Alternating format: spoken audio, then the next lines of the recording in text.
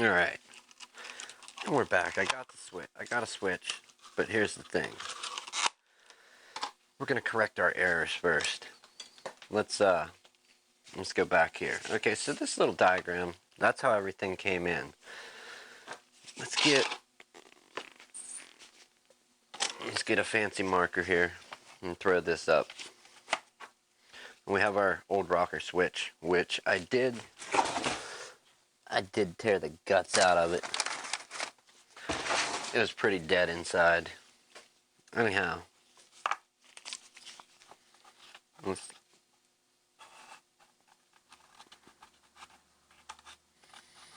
trace it out quick.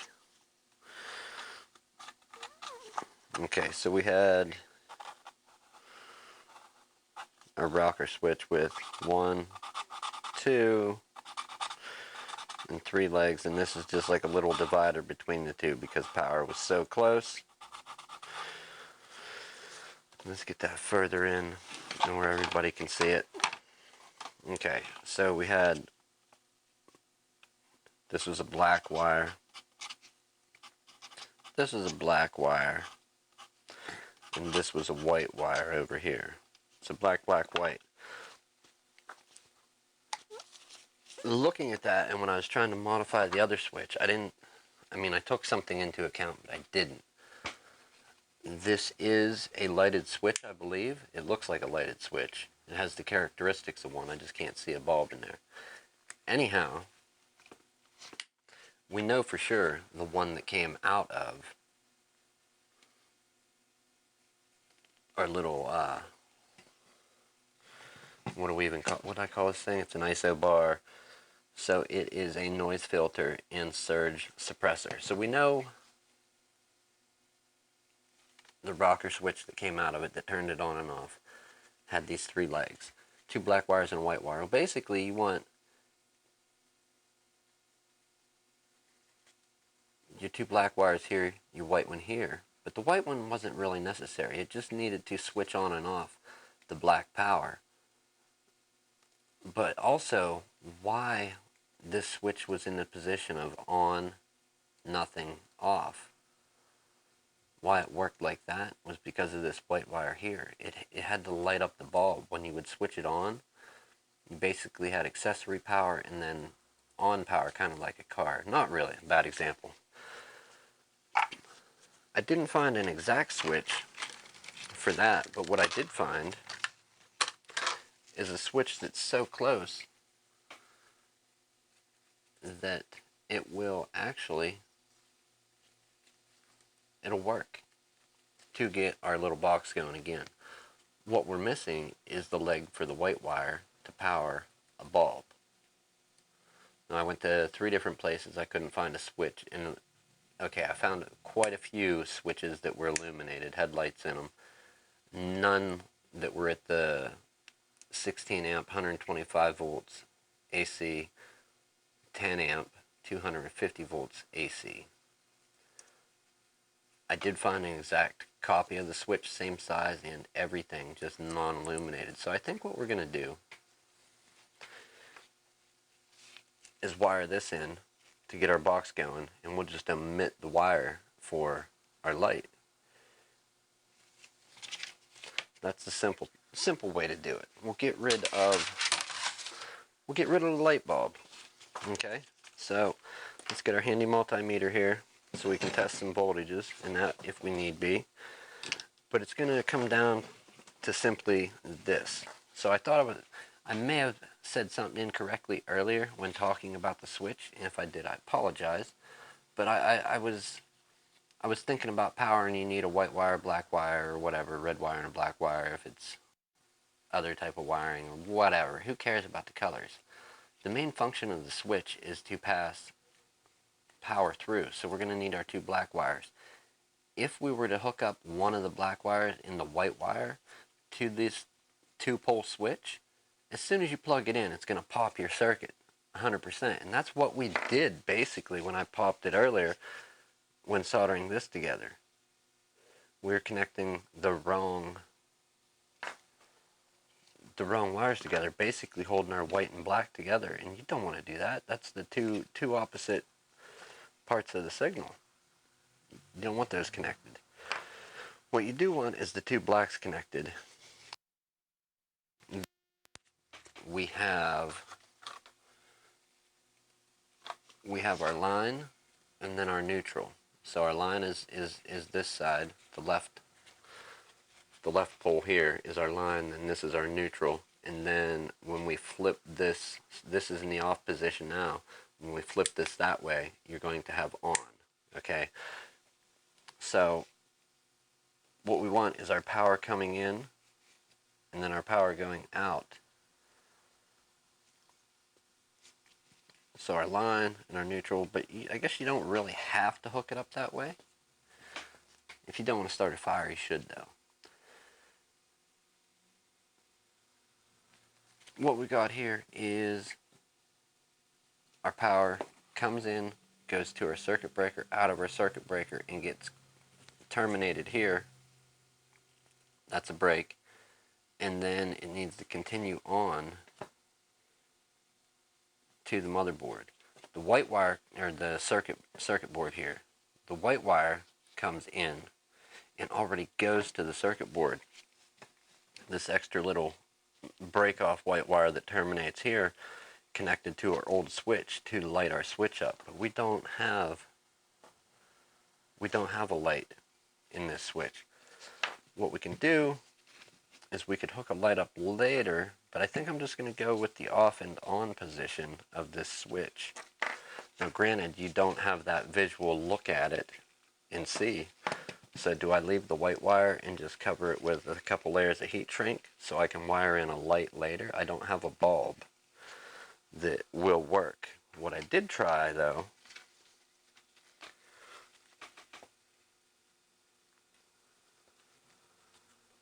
was getting the bulb out of the old switch, and it is burnt out. It doesn't work. It does have a lot of black around it, like it's had some heat go to it. It's definitely not grease from the switch on it, but it has some black to it. I know, black glove behind it. So it's definitely burnt out.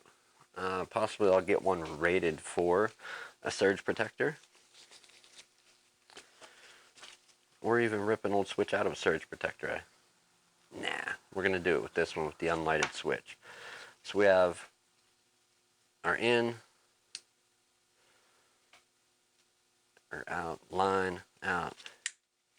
Does it matter? I don't think it'll matter which way. If we hook them up backwards, perhaps it will. No, it can't. It's only an on-off switch. It's a single pole, single throw, on-off, as basic as you get switch. So let's go with that for right now, and we will see if we can get power from our wall outlet. From our power strip, out the cord, through, into the circuit breaker, back out the circuit breaker, into the switch, through the switch, out to the board, and then we'll plug something in to charge.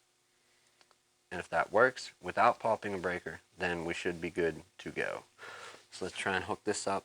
We're going to be as safe as we possibly can. Let's see, line would be there, and there. So that's just the break in our black wire. The switch is going to, when we flip it that way, it's going to turn it on. We'll leave it in the off position for now. We don't want anything arcing out, so we are going to be careful with how we set this. Let's try and stand it up carefully for now. you know what? Before we go plugging anything in, we're going to go ahead and connect a screw or so to... No, nope, no we're not. We'll do it like this. Stand it up and try and hold it. Our ground don't matter. Our ground, the chassis can touch itself. The only thing we don't want is power going anywhere right now. Any of the power cables. So the white wire touching anything, the black wire is touching anything they shouldn't. Let's go ahead and plug this in and not pop our breaker. Okay, so right now, let's get a cord. We're going to go ahead and plug in to our box. We have our switch connected. We'll plug in to our box here. We'll get the cell phone. And, ooh, don't do that. That could have been bad. I don't like you. Don't do it. Okay, so we're plugged into a box. Let's plug in the cell phone and see if it has power. It does not. We're going to light the power up as soon as we hit the little switch here. Alright, and as you can see, the phone is now charging. If we switch it, it loses the charge. You don't have the little green battery there. Let's go ahead and switch it again. So we have power. I got super confused. So confused with that stupid white wire for lighting up the light bulb in the illuminated switch. Not the first time I've done it, and I'm dang sure for certain it's not going to be the last time that I do it. So, let's unplug this and get this put back together and call it a success on this one, even though we don't have an illuminated switch. You know what? We have the old part. We could order one of these when it comes in. We'll swap it into place. For the time being, we will just cover this with some heat shrink to keep it out of the way and from shorting against anything. For right now, we'll get our heat gun, and what do we have here? We cover it with that, and then this. Might be a little big, but we'll give it a shot. Let's see how far we can shrink this. I think it might work. What do you think? So this is the last project, and we're heading home for the night. Yeah, I apologize about earlier. I was getting goofy with that white wire. Like, it was bugging me. Like, why is that even there? It's not supposed to be there. I'm like, oh, okay. And I started thinking continuity-wise, and when you do continuity, you've got your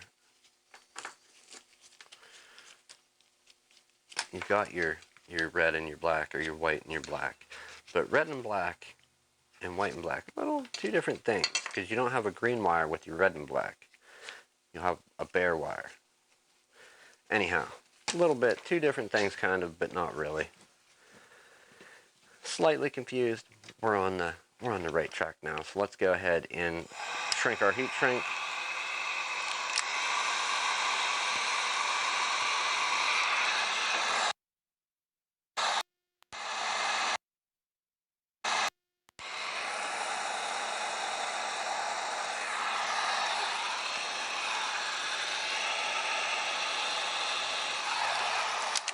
Okay, that piece shrunk down pretty small itself. We're going to go ahead and try and put one more of these on here to protect that. We'll actually fold this wire over, like so, and then we're going to heat shrink around that whole unit there. Let's take it in a little closer so you can see. So what we did was we did the heat shrink on the end of the white wire that was used to light up the light in the original rocker switch. We'll stretch this heat shrink a little, pull it off, flip it over, and stretch the other side equally. Let's fold our wire over and get this on there, and we will shrink this heat shrink as well for now. And when our other switch comes in, we'll maybe rip this apart and get it functioning with a lighted switch. I don't think a lighted switch is all that important, but it does have the convenience of looking at visibly. You can look and see if your surge protector or your noise isolator surge protector is on.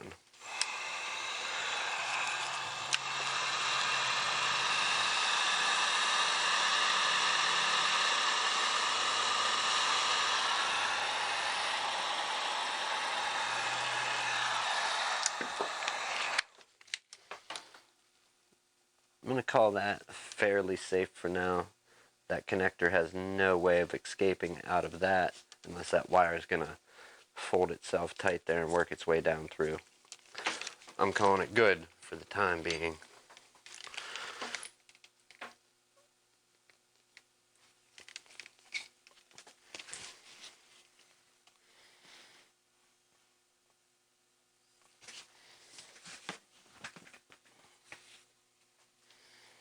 Alright, there we are.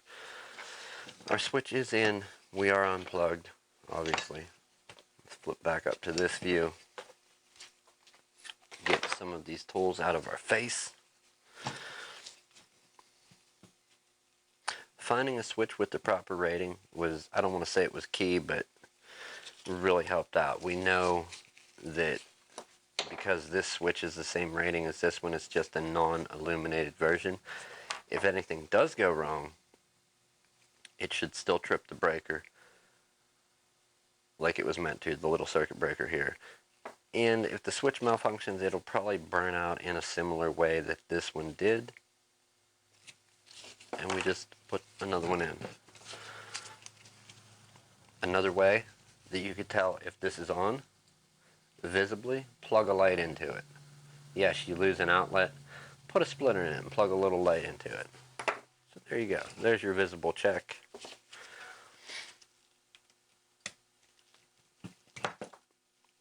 Pull these off of here and install our switch in our front panel. Now, we know on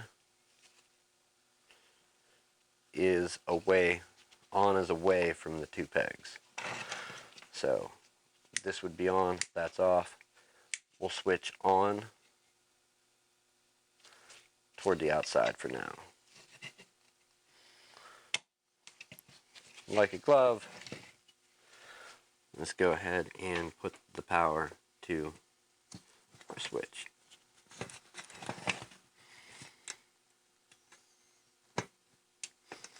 When packing your wires back into something like this, make sure that when you go to seal it up, that you don't have anything arcing out against each other either. That would not be a fun situation.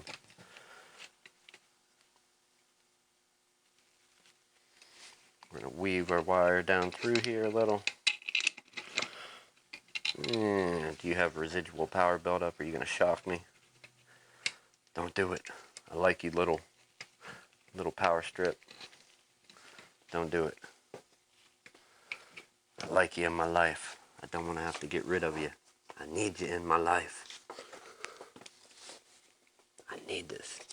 Alright, so there is that one. Let's flip this up. We're going to have a tight bend on that. But I think necessary for it to plug in here and not get pinched in the box. They're very snug on there. They're not going anywhere. We'll send that wire down. Let's make sure it's not forcing the connector up against the board, looking underneath it. Everything is looking good there. Once this is back together, we do not really run any risk of shorting against the board. The only other thing I could do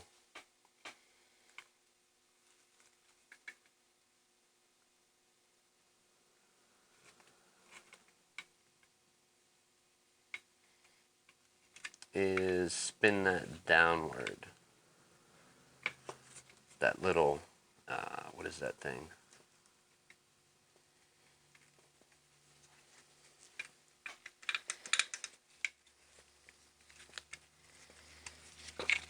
The circuit breaker.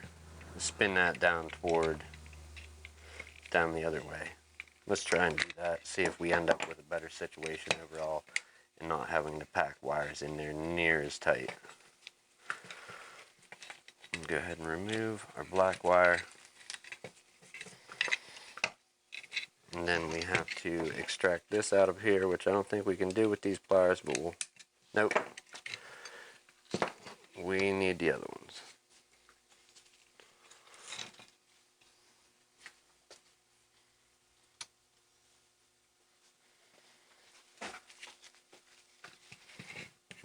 Let's remove the circuit breaker and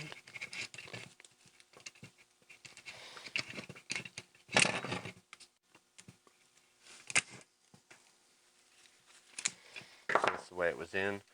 We are going to turn it 180 degrees and see what wires we possibly need to reroute to what location. And that lets us turn that around and plug in a more natural seeming way compared to the other way it had to plug in. That seems so much better. For going in and out of the circuit breaker are much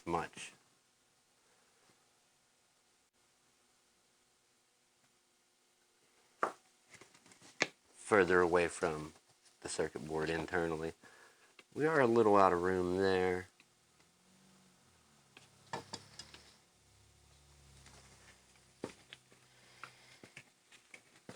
It would seem that we need to unplug this and route it over.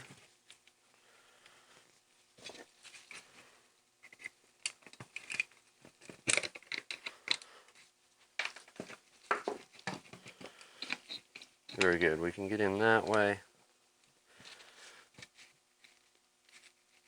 Let's plug that in there.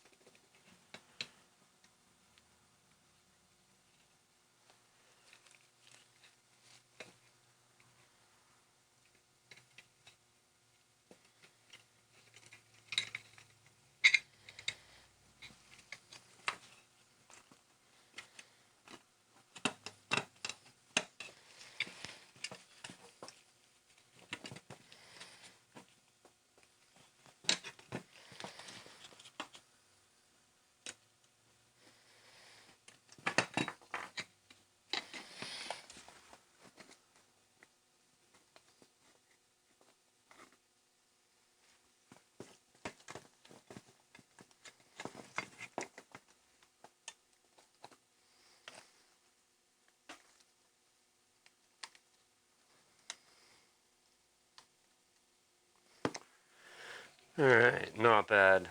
Let's start the reassembly.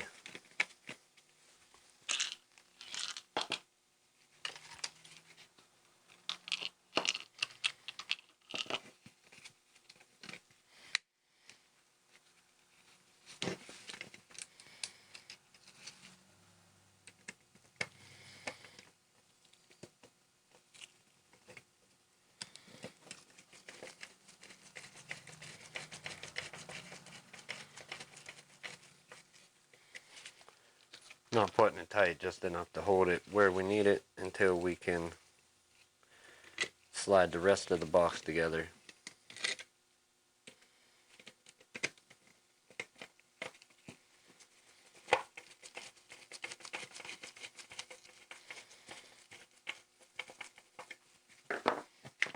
Got that. Let's look at our connections again.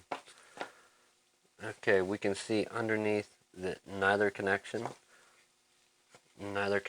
It's hard to see from out here, but we'll grab our plastic pointer.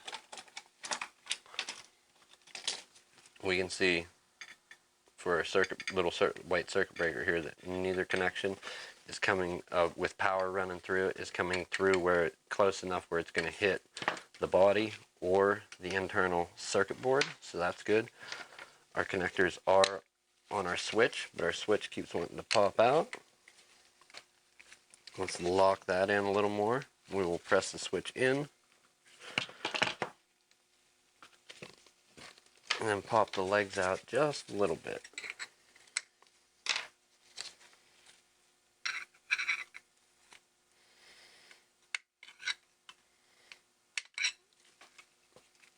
definitely hold it, but can it pop back out? Nobody knows. We won't know till later.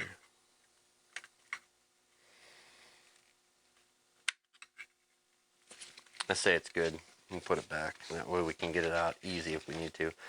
This wire, we're just going to bend it down out of the way a little. We know it's not going to touch anything.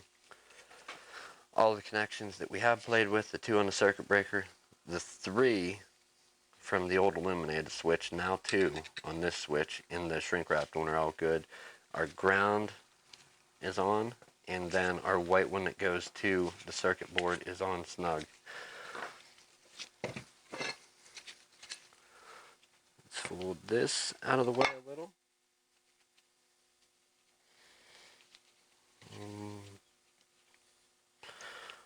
Put a little that way. Line our box up.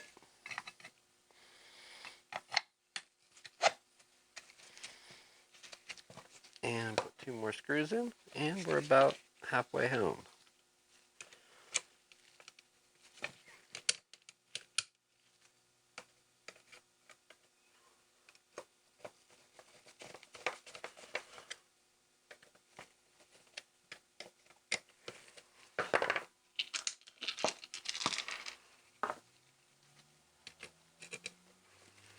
Only that, after we actually get this together and we can move the box about without risking shorting out on itself,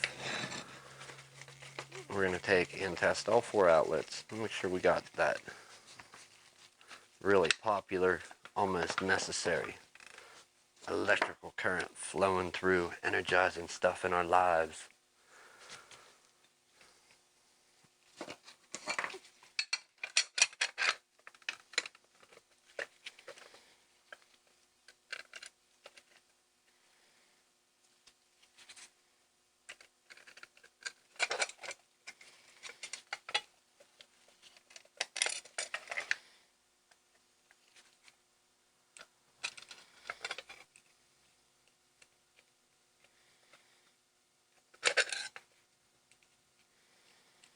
Some nights it works, other nights it doesn't.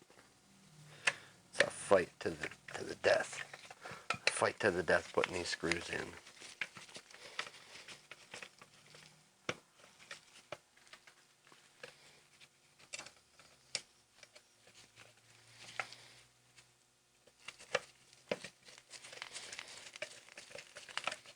One, 2, 3, and 4.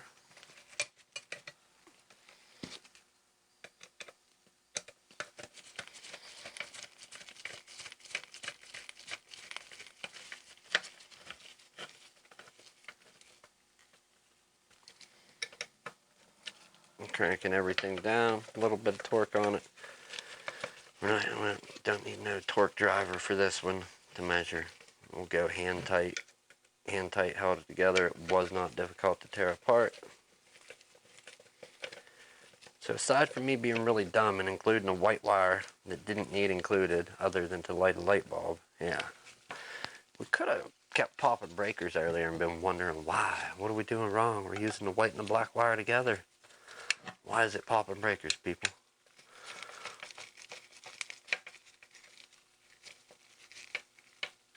Alright, let's check it out. What do you think? Are we going to blow the breaker and shut my monitor back off?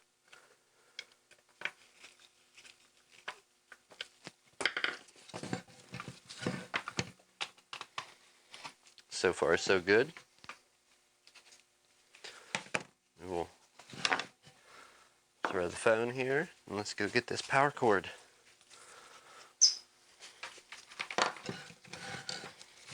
Actually, we'll put that there. And we should have no power if I installed that correctly.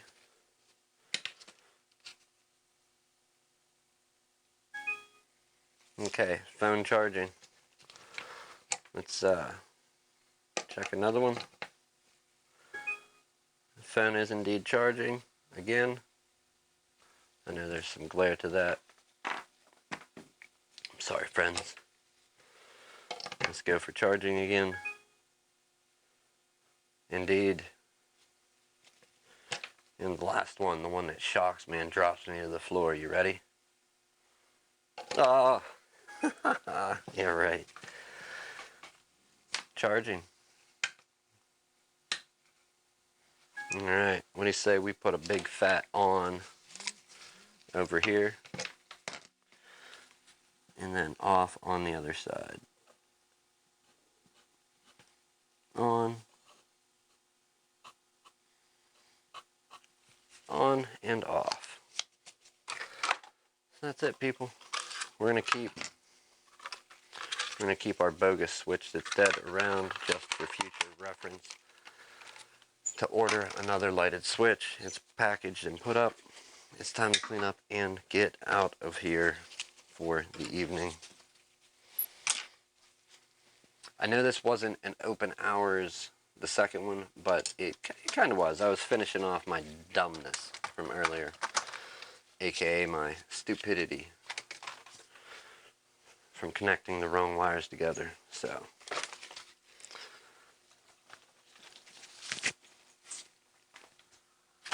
there is that. Alright, I say we call it quits for the day. Thank you for hanging out, not only once, but twice, to resolve this isobar.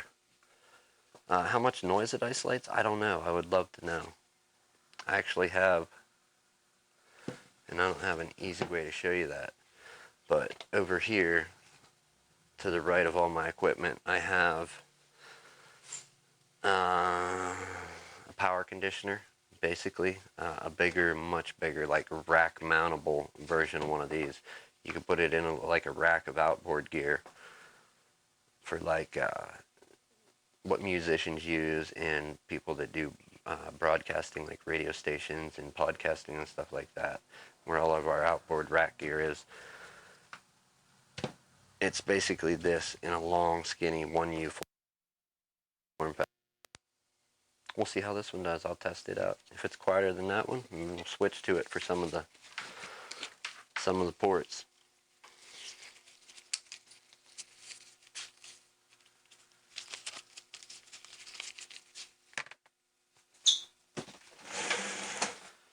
All right.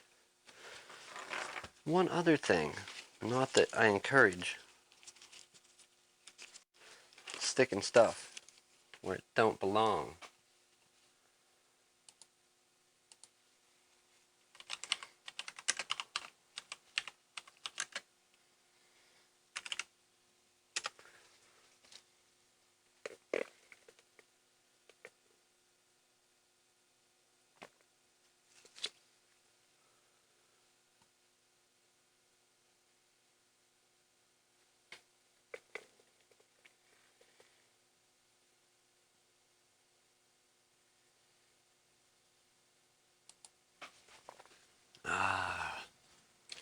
It's time for a drink. That's what we're doing over here.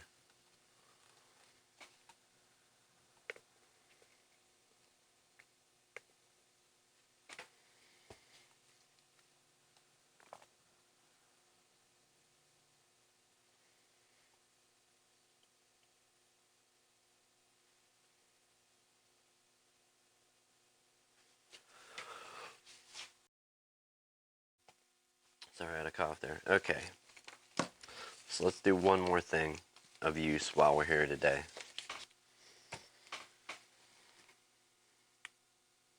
We're going to go to our highest voltage AC, or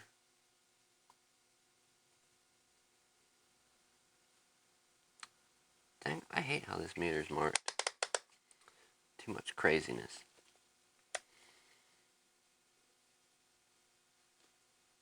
Alright, I need, what's the difference between a lightning bolt and a lightning bolt with the line? Does anybody know? Alright, we'll go to 1,000 volts. I know one would be AC, one's AC, one's DC. But for now, and I think what we're going to want is different test leads than these. I think those will cause us some major issues if we try and use those for this little outlet experiment.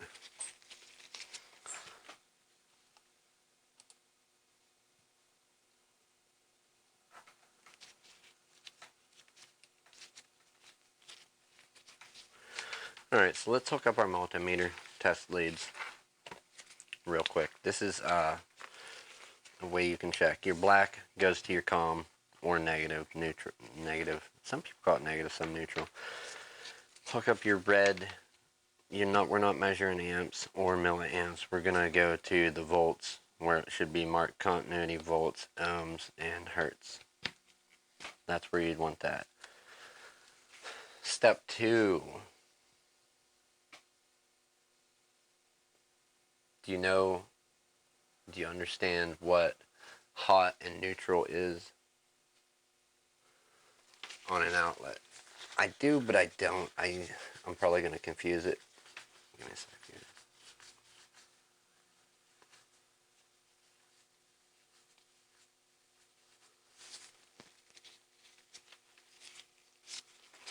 So you got your hot and neutral. Red's going to go to the smaller one. You know how on an outlet you have... That's a bad idea, or a bad example. And they fixed it on plugs nowadays. But if you can find an older plug, which I'm looking for now, you know how one has a wider blade than the other? Okay. One's wider. And now granted, your outlet may be wired wrong, if it's not. If this doesn't work for you, and I would test another outlet. So your hot wired correctly. Your hot wire is the smaller side. The other one is oh my goodness. You got hot, and that carries the current, and then whatever. I forget the other name for the other one. Anyhow, to test if your outlet is grounded, you can go red. Now remember, turn your multimeter over to the highest voltage range. I don't know if it's 120 or 220, so I'm going above 200. I'm going to the 1000 just to be safe. We're going to stick so we are turned on. We're going to stick our red lead in here, our black lead in this side, and see if we get a reading. It doesn't seem like we are. Oh, did I hit it and miss it? Do I really need...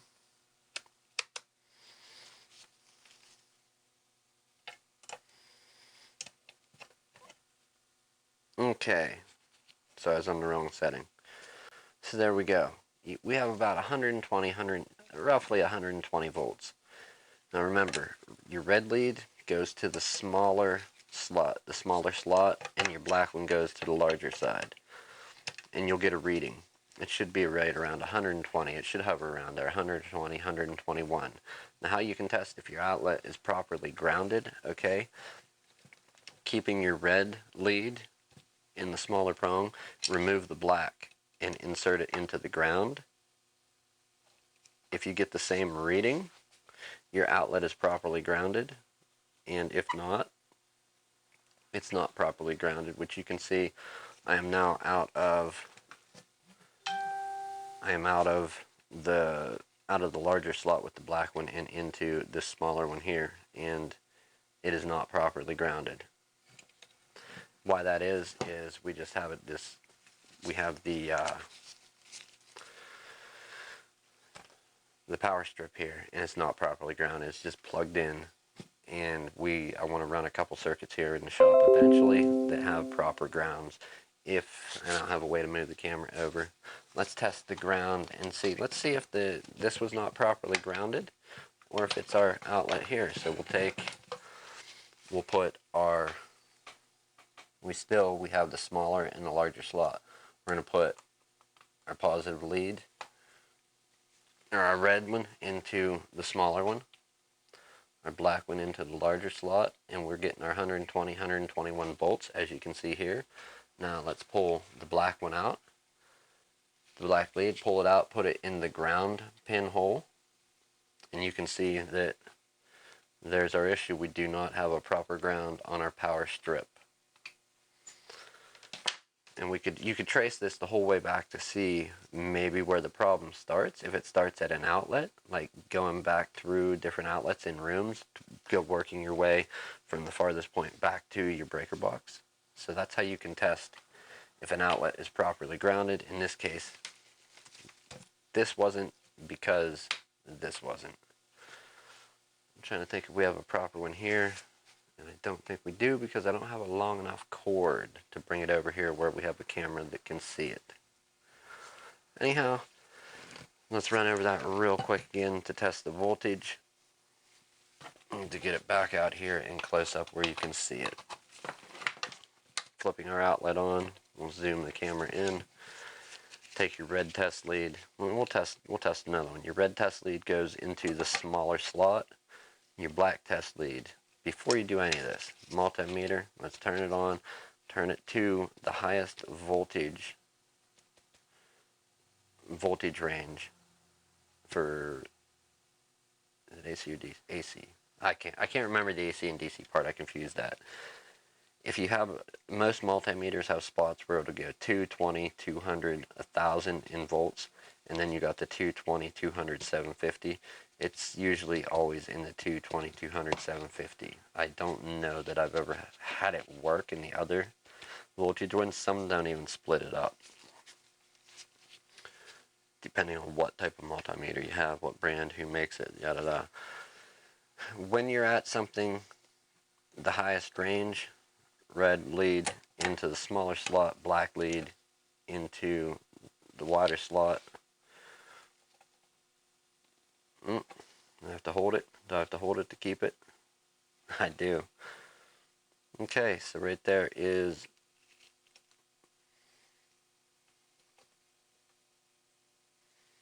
almost. You almost made it. Little multimeter, I have high hopes for you. You can do it. So there's our 120 volts. Testing the few remaining ones. Let's go red and black. Alright, 120 volts. 120 volts. And then our last one, 120 volts. So we know we got power. What we don't have is a proper ground. So essentially useless. It's going to short it all out. Give it up. Just throw the electronics away right now. Anyhow, people, thank you for watching. That is my understanding on testing for a proper ground on your outlet. I'm sure there's other ways to do it. I think they make those little things that you can plug in and it tests it and tells you right there. But if you're somebody that don't have one of those, but you do have a multimeter, there's another way to test if it's got a proper ground and a way to trace it back. The manual way, the ridiculous way. But somebody had to come up with it at some point, you know? So, have a good evening, a good morning, good afternoon, wherever you are. It is one of those. Enjoy your time. Try and fix something. Help somebody out fixing something. Thank you for hanging out and getting your hands dirty. I am going home. Thank you for watching. Tune back in again tomorrow. We're going to do something fun. Who knows what? I wish there was more people involved with the channel and on Facebook. Get the word out there. Because we have options now. I need to get another another 2 lighting kits. But I did talk about it. And I know it sounds crazy, but we have options. For anyone that was not paying attention, and I think we'd have to go something a little smaller and less inconspicuous, or more inconspicuous, I guess, less in your face. That is a gas car we're going to be converting to electric or a nitro. It runs on nitro. And then we've got my little, almost meaningless next to that buggy that is already electric. This has the lighting kit on. This was going to be the on the road live stream. I think that would be more well equipped once it is fixed. We're going to convert it over to electric though before we do that. Although gas would be fun, it does need some repairs. Either way, if we're converting to electric or repairing the nitro part of it, It needs an A-arm and a few other things. A lighting kit to give it its turn signals, brake lights, headlights, and all that. Maybe even some side markers, who knows. But there are options, and there's going to be even a third option. I am trying to get a slightly smaller, somewhere in between the two of these in size, buggy. Like I guess it is a buggy. It has like the dune buggy frame to it and that, so it's smaller than that big truck, but bigger than this. I would like to get that one for the on-road live stream. So get some people involved. We need to get a poll going, a vote. Thank you for watching. As always, I hope some of it was, when I didn't lead you astray, was beneficial. Hopefully you learned something. Not bad advice, good advice. And have a good evening. I will see you tomorrow.